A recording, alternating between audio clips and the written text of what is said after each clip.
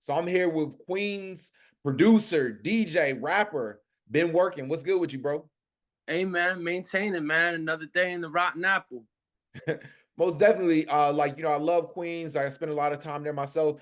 Can you tell me a little bit about what was it like growing up in Queens? So actually, I grew up in Jersey. My family's from Hell's Kitchen in Queens. I relocated here, so I came up in New Jersey actually.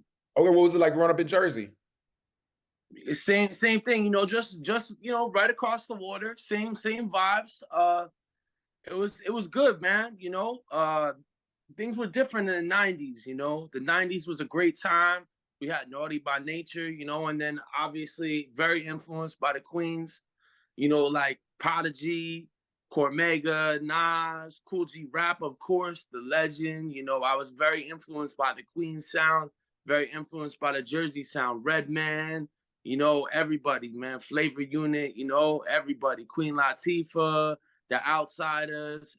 Just the list goes on, man. Most definitely, man. I've love all those MCs that you just named, followed their careers. I've even been privileged to meet and interview some of them. Can you tell me a little bit about, I know you started off writing poetry. Can you tell me a little bit about that? But man, you're good, man. You're good, bro. Wow. Yo, you're good. You Nardwar, you like Nardwar. Yo, I started off with poetry, man, and painting. It was just a way to express myself. I started off with that and creative writing. I actually one of my first poems, it was about like avalanches, and everything I did was a multi-syllable rhyme. I didn't really realize I was writing bars. And one of my first short stories was Snow White and the Seven Dudes. I was 7 years old, and every one of the dwarves, instead of dwarves, was a rapper. So they was like Method Man, Redman, Snoop Dogg, Coolio, Be Real. I forget the other ones, but they were all rappers. And I'll have to pull that up. I did that in like 1997, man. I was a kid. I was 7 years old. So yeah, I was just, I was always influenced by hip hop from the start. Yeah, that's dope. And then one of the things I noticed is a lot of your earlier work, you seem like a little bit more conscious. Can you talk about just being a conscious rapper at the beginning and then kind of transitioning to, you know, um, what you kind of do now? So, it's very I got a lot of duality in my work, man. Like I was always very conscious and I still am. It's just the times we're living in. It's kind of hard to be conscious. I'm just a mirror, man. I'm a reflection of what's around me, and I've been around it all. I've been around the spoken word poets, and I've been around, you know what I'm saying, them type of dudes. I've been around it all, So, coming from a very diverse family, they just had a lot of influence on me. You know what I mean? Especially like that Hell's Kitchen, um, you know what I'm saying, kind of influence on me. So I knew in the back of my mind, like, I'm very conscious and aware and sensitive, but I also have that side of me that's like, yo, you know what I'm saying? You could get it. So I display that in my art. Man, one of your songs I was listening to was Flying Chariots. And I really enjoyed that. And I guess you made the beat for that as well. Can you talk about the inspiration behind that song and the meaning behind it? So I was on the phone with my brother Zulu King Eric Ruckus. God bless the dead. I miss you dearly. I dedicate a lot of my work to you, brother. We were just on the phone and he was talking about he was smoking spliffs with sage in it. So I was like, yo, I think I'm gonna try that. So I broke down some sage and put it in this spliff and I'm smoking it. And I'm reading the Bible and we on the phone and I'm making the beat. And I was like, yo, I started writing these rhymes, man, and everything I wrote just kind of just flowed onto the paper. And I went and recorded it at my boy Johnny G's house. Is when I was living down in Charlotte, North Carolina. I had went over to his spot over in Gastonia, North Carolina, and yeah, man, I let it all out, and I'm like, yo, I'm telling you, this is the deepest song I ever wrote. He's like, I just don't. He couldn't get it. He didn't understand what I was going for because he always liked that side of me that was more gutter.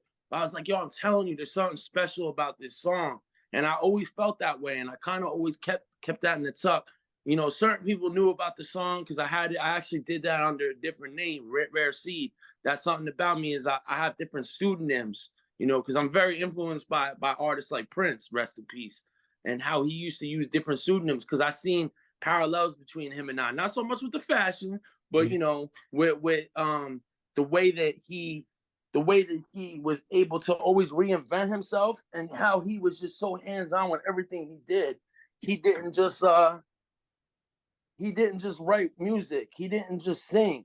He played every instrument and engineered and produced his work as well. So Most I just, I felt like that was very fitting for me to do things under different names. And yeah, that song has just always been very special to me. Man, it's dope. Yeah, it's a dope song, man. I recommend anybody to check it out. Like, you got another really great song and stuff. We were talking to about like Xanny Tanner. I was listening to that before we did the interview, and like I was like really impressed by it. And I wasn't surprised like you when you told me like DJ Premier actually like listened to that song and ended up following you because of it. Yeah, that was I was taken aback by that. I still am. Like I'm kind of still trying to put the pieces together on that one. He recognized me for my turntablism about 4 years ago on Instagram. He had reposted me cutting up one of his records because I was on the turntables cutting it up. It was the record with him and West Side Gun where he was talking about the different meals that he ate in prison and stuff on the hook. He's like, yeah, you know about chicken on a Wednesday. And I was like cutting it up and he had reposted that. So I just thought that was really hard. Like I don't know, I just thought that was dope. So when I released that video, I'm like, yo, let me slide this to DJ Premier and just see what happens. And next thing you know, I see my notifications. He commented on it. I was like, yo. And homegirl who's in the video, she's like, man, you need to keep putting in work. You can't get comfortable off of that. So, shout outs to her for that. Shout outs to Lena, salute to you, you know what I'm saying, for getting me off of my ass when that happened. So yeah, I was just very shocked and surprised by that. Salute to DJ Premier, man. He's a real one.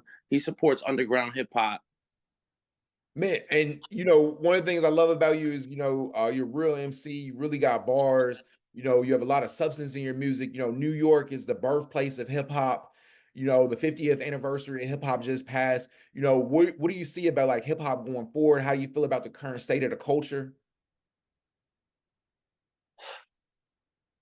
I have to set that outside, man. I'm unsure about it, man. To be honest with you, it seems like my grandfather actually quoted Fat Joe to me the other day.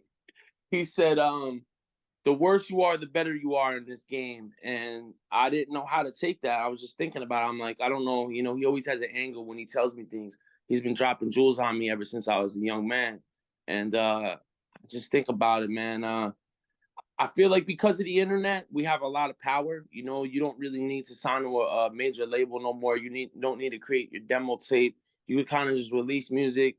As long as like the artists that make real hip hop copyright their work, get it ASCAP or BMI, do all the right things you need to do to protect your work, trademark your name, everything you need to do legally, and you're not afraid to invest in yourself, and don't just be paying for studio time and buying a bunch of bags of weed and tricking off in a strip club, throwing your dollars around thinking that's what you need to do to get on, and you just pursue it naturally and you do it organically. Real hip hop will always stay alive. You know what I'm saying? Because we've always had different kinds of styles. Like, yo, I love me some Two Live Crew. I love me Poison Clan. Shout out to my man Madball of Poison Clan, matter of fact. That's my guy right there. And No Motion and the Gods, who because of No Emotion and the Gods, Wrath of God, who's also down with us, referred me to you. You know what I'm saying? So that Shout kind out of to Rise ties of in God, there. man. Yeah, yeah. Wrath of God is my guy, man. He's very different and abstract, and I appreciate his art. And there's guys like me that do my style of rapping. It's like, yo, I don't understand this. I'm like, man, you just don't understand art. It's the same reason you don't understand Ghostface Killer. Nah, I get that. I'm like, well, then you know what I'm saying? It's like art, man. Art, certain pieces of art ain't for everybody. It's like Baskin Robbins. You got all different kind of flavors, homie. And it's not just one kind of thing. So you know, there's always a time and a place for everything. 12 o'clock on a Sunday, I'm not trying to hear booty popping music. Or maybe I am. I don't know. It depends on how I feel that day.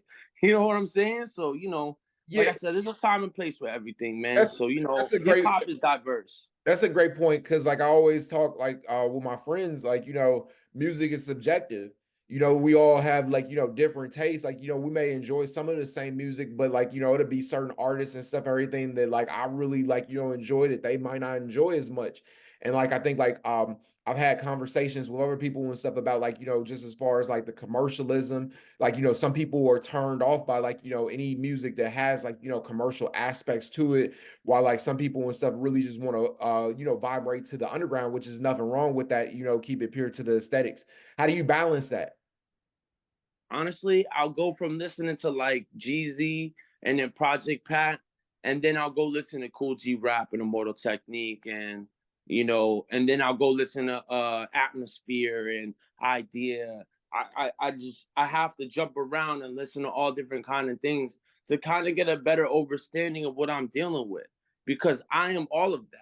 You know what I'm saying? I make trap beats. I was thinking of doing a whole bunch of trap and drill music under a different name just because I appreciate that shit too. I got a lot of young homies that do drill music. You know what I'm saying? Shout out to my man Swavy down there in Neptune, New Jersey. Like he makes drill music, and I think it's cool what they're doing too. And it's violent, man. The rap I grew up on was violent too. It is what it is. You know what I'm saying? It's a sign of the times. It's a reflection on what we're around, bro. Most definitely. 2024 just started off. What's next for you? Man, I'm just gonna stay at it. Every Friday I drop a freestyle. It's my version of Freestyle Fridays. Not trying to, get a copyright infringement with BET. But that's my version of it. I'm gonna keep dropping. I'm working on a project with my man Sharp right now. He just actually produced a significant amount of work with Planet Asia and Midas the Beast on the M1 rap project. M1 rap. I don't know. Have you heard that yet? Yeah, yeah, yeah, for sure. Yeah, Sharp. He has a significant amount of work on that M1 rap joint. So him and I got an album in the works right now. And I got some other things in the tuck, you know what I'm saying? Shout out to my man Prime Prolific. He's doing the Punchline Academy showcase on Tuesday. So, That's we just attacking the game from all angles, man. We got the blueprint to this. And we've tried to show a lot of artists we know the blueprint.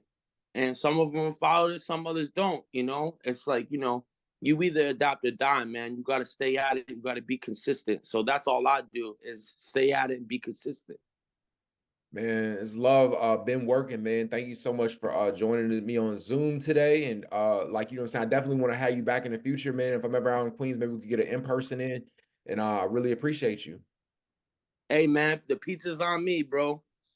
For sure. I love pizza, man. That's my favorite food. So Yo, me too. Yo, I got the spot for you. It's in Brooklyn, though. okay, You know what I'm definitely. saying? Yeah, It's in yeah. Brooklyn, though. I'm Right on down. Knickerbocker Street. My man Wade Wilson put me onto it, so I'm about to put you on. For sure, for sure. Definitely. We'll do that. All right, bro. Been working, man. Appreciate you, bro.